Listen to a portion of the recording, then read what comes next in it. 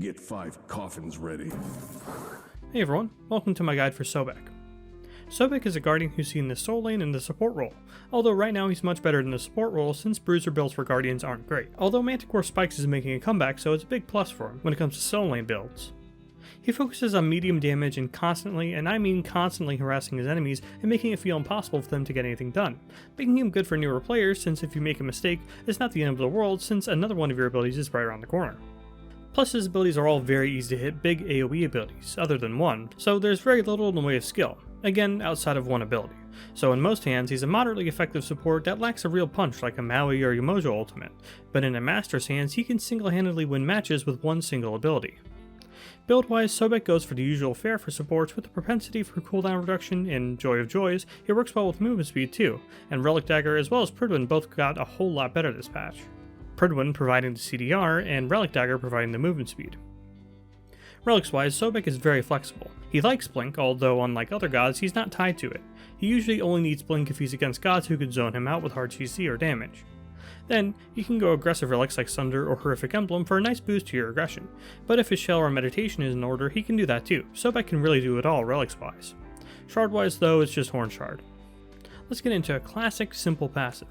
Upon successfully landing a basic attack or ability, Sobek gains protections based on his current level. These protections last for 6 seconds and he can stack this passive up to 3 times for some really formidable protection stats early on, but Sobek only gets 1 stack per ability hit even if it hits multiple targets. This passive starts petering off late game, starting at 12.9 protections at 3 stacks at level 1, then 30 protections at 3 stacks at level 20. This passive makes it extremely difficult to take extended trades with Sobek in the early and mid game, so you want to judge what sort of lane opponent you're going against, whether it's in the soul lane or support role.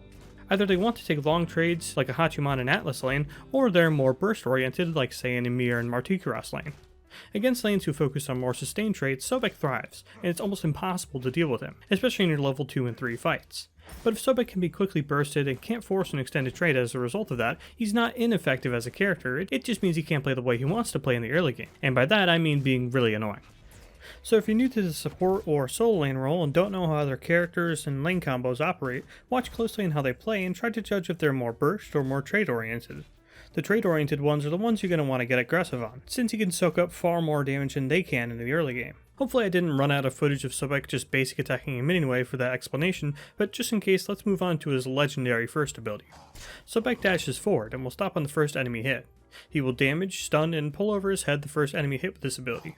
He will become CC immune as soon as he hits them, so that the stun and the pull cannot be interrupted. An ability that's obviously riddled with faults and counters in the game, but can easily win you the game if it goes off on a valuable target. First off, minions. Yeah, it's the obvious first flaw of this ability, but it's a major one in the early and mid game. You basically always want to fish for an opportunity to use this ability between the melee and archer minions, or just try to catch a wide angle to snag someone with this ability without the fear of minions. And you'll notice mighty quick how much people try to keep their distance from you while playing Sobek. So when people disrespect you and just walk outside the protection of their minions, you absolutely want to pluck them with this ability. With that said, do not pluck the enemy tank into your team. You're basically giving them a free engage on your team by doing that, and spoiler alert, this is Sobek's absolute best hard CC ability. So if you waste this ability, and much less waste it, and give the enemy team an advantage by basically granting them a free engage on your team, you basically can't do anything to help until this ability comes back off cooldown. Second off are the true hard counters, and like Agni last time, is the main reason Sobek is usually picked later on in the draft. Ares 1, Nox 2, RTO 2, Ganesh 2, Jormungandr's Existence, and then harder to time but still possible ones like Poseidon 3, Ymir 1, and Artemis 1 can all be used on reaction to Sobek's dash and completely stop him in his tracks. And again, this is Sobek's best CC ability by a mile, so you're going to want to make sure you're not against anyone who can very easily shut this dash down. Either that or get a Magi's Blessing. It doubles as one of the best engage and one of the best peel options in the entire game though. If you're a squishy target and get hit by this ability, you have to either use a CC immune ultimate before you get hit by it, or use Purification Beads before the pull starts to get out of it. And if you use your beads too late, you are 100% dead. You know, if the Sobek's teammates are paying attention. And if you had to waste your ultimate or beads just to avoid the pluck, you are far less effective in the fight as a result of that. It's an ability that's going to take a lot of accidental minion plucks, moments where it gets body blocked by tanks, and game losing misses to get it right consistently. But it's paramount to get good with this ability to be effective as Sobek. Effective in and out of team fights though is Sobek's second ability. Sobek spins around and deals damage to all enemies in the AoE, but more importantly knocks them back and is able to move while casting it. This ability and his first are why Sobek loves CDR and movement speed. The CDR letting this very easy to apply disruption happen over and over and over again, and let his first ability be both an engage tool and a peel tool all in the same fight. Then the movement speed allows him to more easily get in range for his first ability, and the same goes for his second ability here, since he's able to move while casting it so he can use it slightly out of range but still hit it against targets he's faster than. This is a great peel tool obviously to get people off of you or your ADC, and don't forget both in a solo lane and support role you can use it to interrupt certain abilities during the laning phase. Again, it will come with experience knowing which abilities are actually worth cancelling with this ability and which ones cannot be cancelled by it since they have some sort of knockup immunity, like for instance Thor's third ability. But it's something you can catch on with quickly since this ability comes up so often and is usable almost every time it comes up, whether it be as wave suppression or to interrupt your enemies. This ability also sort of combos with this first ability. Don't get me wrong, you can absolutely 2-1 for a high damaging combo, plus the knockup gives you more time to freely aim your first ability since they're knocked up, so they're only going to be moving in one direction, makes it super easy to hit. But for the most part, what this is going to do is give your intended target all the time in the world to beads the upcoming pluck. Some quick game knowledge time for you guys. You can beads during something like a knockup or knockback, and it obviously won't cleanse the knockback, but it will stop any CC that comes afterwards. So if you try to knock up and they beads during the knockup, and you're just mashing one relentlessly, the stun will be cleansed from the pull and you won't be able to pull them. So you're better off just getting more skill at hitting the one, so you have a better chance of catching someone who's unable to use their purification in time. But it's totally fine to use 2-1 as a way to learn the one's properties better while still being effective. And once you're good at hitting the one, your 2 becomes excellent follow-up to it as well. Getting plucked and then knocked back while trying to reconnect with your team is not a good feeling. Usually after this combo, Sobek follows it up with his far less interesting third ability. Sobek, after a very short delay, deals damage to all enemies in a wide cone AoE, healing for every enemy hit up to 3 times total, and applying a light anti-heal debuff to all enemies hit, meaning that they get less healing from any and all sources.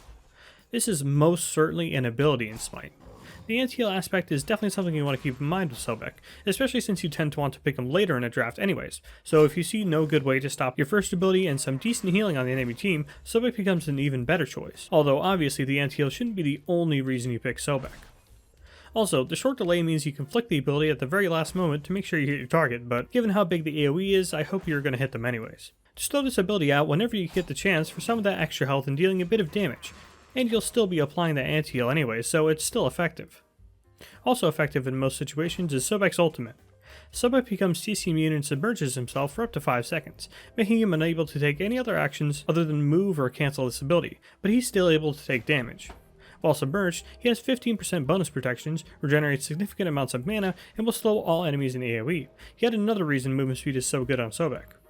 Upon cancelling the ability, or when the ability ends after 5 seconds, Sobek will deal damage to all enemies in the AoE, based on how long Sobek was submerged, starting at a measly 225 damage, but going all the way up to a mega 900 damage if Sobek was submerged for the full 5 seconds. And this is the perfect follow-up to literally anything that happens in the game, especially when you consider that the 5 seconds he spends submerged is almost entirely the cooldowns of his abilities if he has full CDR. This idea of coming out of the ultimate fresh being helped of course by that mana regen in his ultimate. It's not how you want to start fights, it's usually done in reaction to something someone else has done, or when you already have finished your combo. Say the enemy team engages on your team, and all Pluck would do is disrupt your own team, so instead, use your 2 and dive into your ultimate to slow down the enemy's advancement. Or you engage on the enemy team and pluck and see that the entire enemy team is ready to pounce on you once the pluck ends. So instead of trying to catch up with your plucked target to them, you instead dive straight into the ultimate to make yourself almost impossible to kill while slowing the entire enemy team who just dove on you and tried to kill you. And of course, outside of the full-blown team fights, it's a great option for a finishing move or a get-out-of-jail-free card. Say your jungler and mid laner are comboing the enemy mid laner, and all plucking with your 1 or knocking back with your 2 would do is mess up your own teammates' combos. It's a good idea just to get in the ultimate and just slow them down. And of course, while you're doing this, you're charging up a great high damage finisher in case your jungler or mid laner can't get the job done. And finally, of course, if you do get caught out of Sobek, which does happen if you miss your pluck, diving into the ultimate is the easiest way to save yourself since you're CC immune for a whole 5 seconds, and gain % bonus protections, and slows all enemies chasing you so you're more likely to get a clear shot at dashing out once the ability ends. And plus, Pridwin's really good too right now. Yeah, Sobek's almost impossible to kill. But anyways, it's an extremely versatile ultimate that you want to be more trigger happy with than most other Guardian ultimates, since it really is just a big dumb slow that does a million billion damage. It's very simple at what it does, which is the same thing that most of Sobek's kit is good at, being a big nuisance to the enemy team while setting up your own team for success. Speaking of being a big nuisance, some combos with Sobek. 3 on approach, 1, 2. At range, 1, 2, 3. 1, 2, ultimate 3.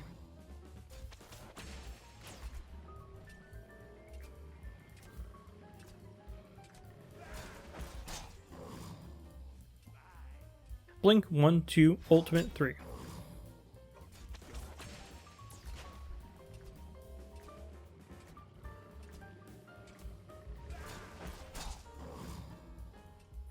Against easier targets that lack CC immunity or movement ability, blink 2, 1, 3, ultimate.